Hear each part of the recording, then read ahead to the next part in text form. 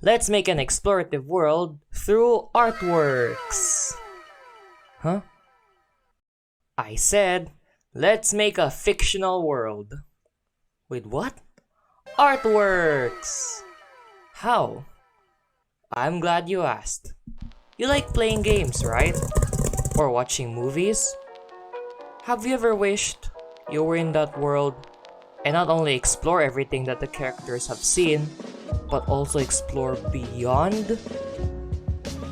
No? Because I know I like to do that too. Even people's art, digital art to be specific, can make you want to wear a VR headset and explore that world. The fictional world of movies, games, and the fantastical creations of digital art has given me the inspiration to try and make my own fictional and explorative world out of artworks. I like imagining a fictional world and seeing what features that it has, because I have a lot of ideas rampant in my brain that I want to show concretely, and it serves as a more chill way of making artworks. And that's why I want to create one. I will be using my own imagination, coupled with your guys' help, and in the next few months, or even years, develop a world with beautiful landscapes, with massive structures, with bustling towns and villages, whether real or fantasy-like, that we can explore and add on to. But before we go that far, we need to list out the goals in this video. We need to start making the world. And to make that world, we need a center point, like a spawn point in Minecraft, that we could develop or expand upon. 1. Make the center point. Secondly, I need to make a map as an organization system. I will explain further about this organizational system once I am finished with making the map. 2. Make a map of the fictional world. Once I am done with making the center point, I will put spots of interest for us to expand on or develop in later videos. And the best part is, we can use your feedback and ideas to help us develop this world together. 3. Put down spots of interest. Those are the goals for today's video. So, let's start with step 1. Making the center point. Oh, and by the way, hello, and welcome to the first episode of the Explorative World of Artworks.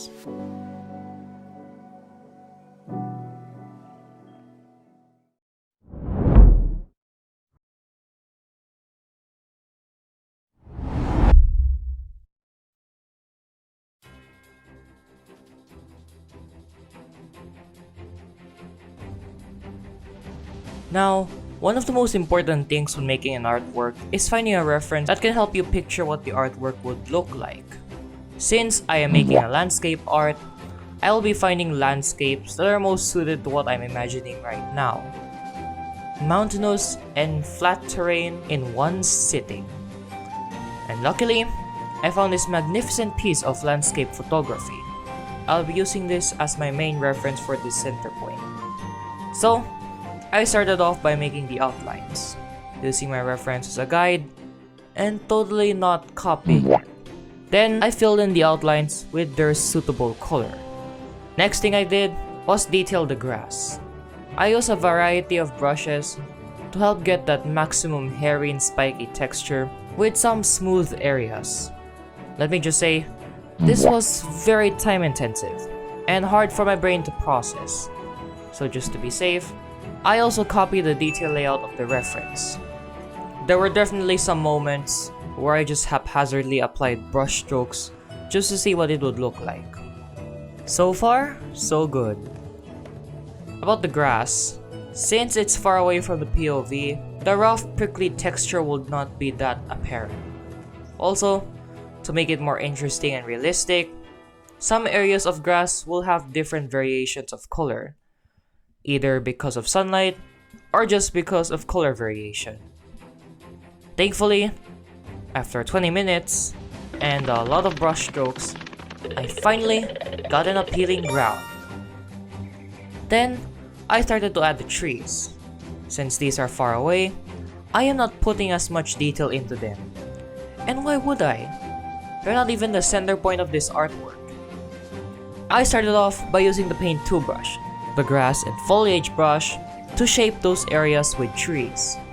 Again, relying on the reference. Once a general shape is formed, I use the pen sharp stroke to create little points jutting out of the foliage to act as the tree's canopy.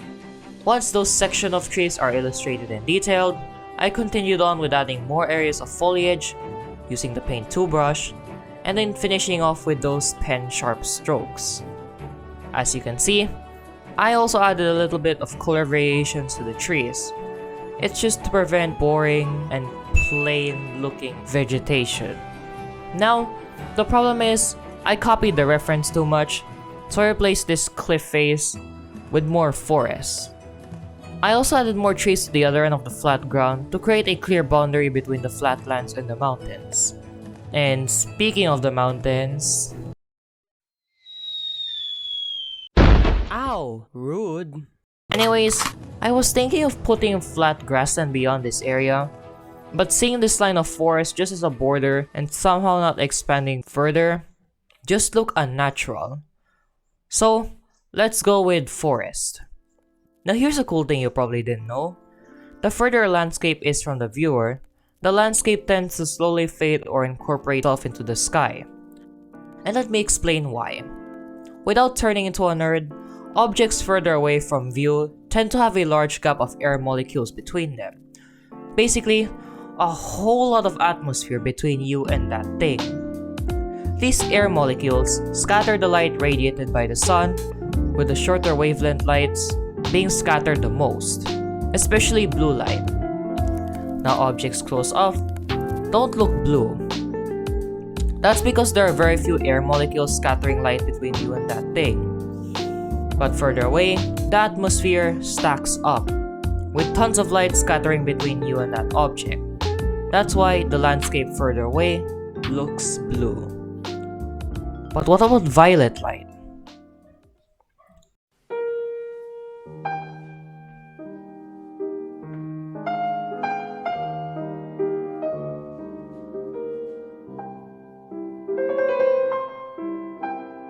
Hopefully you understand now. Now, with my artwork, you can see that I made that slight transition from vibrant green to dark blue into my landscape to account for that science. I also slowly added less detail to the plateaus far away, because why would I?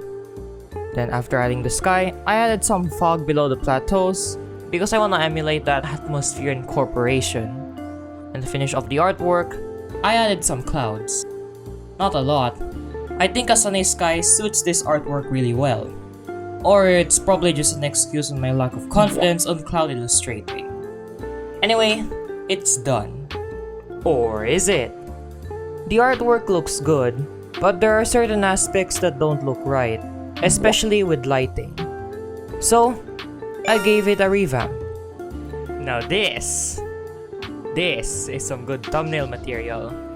Anyway, let me explain why the center point looks like this, because I think it's important to know the significance of the area and what would be developed here. First, I have this area of flat grassland for the purpose of adding a settlement. This settlement will be developed in the next episode. Also, I added a sense of concealment through surrounding this flatland with trees, and it would look really dramatic once I make a ground perspective on it. Secondly, you may be wondering about the shadow on this area of the grassland. It is because there is a cliff face beside it. Not sure whether we would explore it or not, but there is a cliff face. Lastly, and I didn't do this on purpose, but this slope helps conceal what is beyond this general area. It emphasizes the concealment of this area, and it makes me wonder, what is beyond? We will see. Now, I am finished with making the main artwork for this video. Next is to make the ground perspective. And to make it even more fun, let's have a 30-minute challenge. A challenge where I am only given 30 minutes to finish an artwork.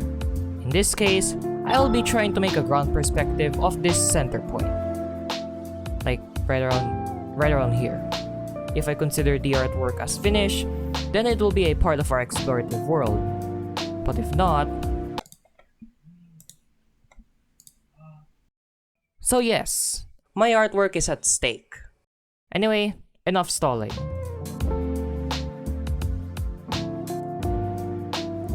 Now don't be surprised if it literally looks like a ground perspective of the center point artwork, because it is. I don't really think you were expecting something else other than another copy of the center point.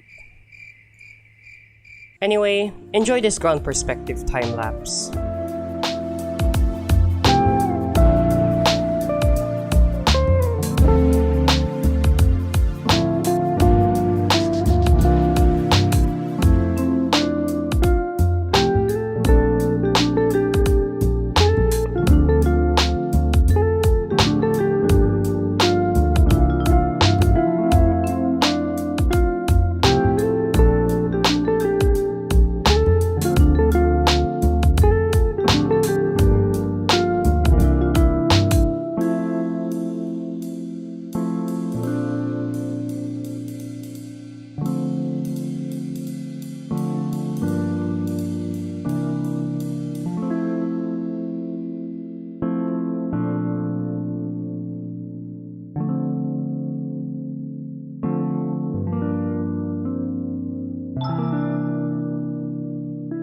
This is not actually bad for 30 minutes.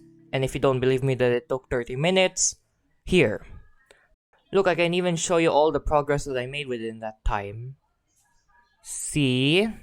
Anyway, why in the world am I making a ground perspective? Because this serves as the close-up view of the village. And once it is developed, I could make more artworks showcasing the other areas of the village. That sounds like a lot of work, to be honest. Anyway, now that I'm done with the two center point artworks, now it's time to move on to my second goal, making a map of the fictional world.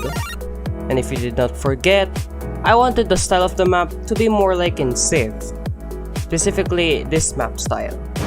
Why make a map? As I said, it serves as an organizational system for different areas of the world, with the center point obviously on the center. For now, the rest of the map will be hidden in clouds. Once I finish making other artworks of different areas, more areas of the map will start to clear up. It doesn't look much, but in future episodes, this map will look a lot more interesting than just clouds and a green blob. That's 2 out of 3 goals done. The third goal, put down spots of interest. That should be simple enough. Here I have 2 spots of interest. This spot, as you can see, looks like an upgrade icon. And if you remember what I said a while ago, this area will be developed into a village. There's also this other spot. As you can see, it looks like an expand symbol. That area over there could be expanded upon, so we can see what is beyond. It is just 2 choices. Pick one. I'm not sure if this video gets a lot of views, so I will just pick which area I would develop or expand on for the next episode. Unless you would comment on this video picking which area I should develop first. And you can even share your ideas for what I should do. It's literally a blank canvas right now. We are building this world from the ground up. Well, if you guys could even make it here. Retention is not doing so well. Anyway, it is either up to me, or it is either up to you. Well, that is 3 out of 3 goals done, and it's time to wrap this video up. Now, do not be surprised if the next Explorative World video will take a while. Well, it won't take 3 months. But I need that time to try and organize the pacing and structure of my videos, because I feel like that this vid was a little bit messy. And it was the reason why it took me so long to even finish this video in the first place. Plus, I want to make more videos that don't take me more days than my summer vacation, which basically means I want to have a life. Oh, I nearly said I don't want to have a life. No, of course I want to have a life. I want to touch grass. And most importantly, I need to make sure that my Explorative World series doesn't flop because of a lack of planning. So I need to prepare for the worst. Everything's going well so far, but we are just in the beginning. The more we add on, the more opportunities and issues will arise. so I must make sure that they won't be too overwhelming for me. Now, to recap, we have 3 goals for this video. 1. Make the center point. I successfully made the center point and even made the ground perspective. 2. Make a map of the fictional world. I did it. 3.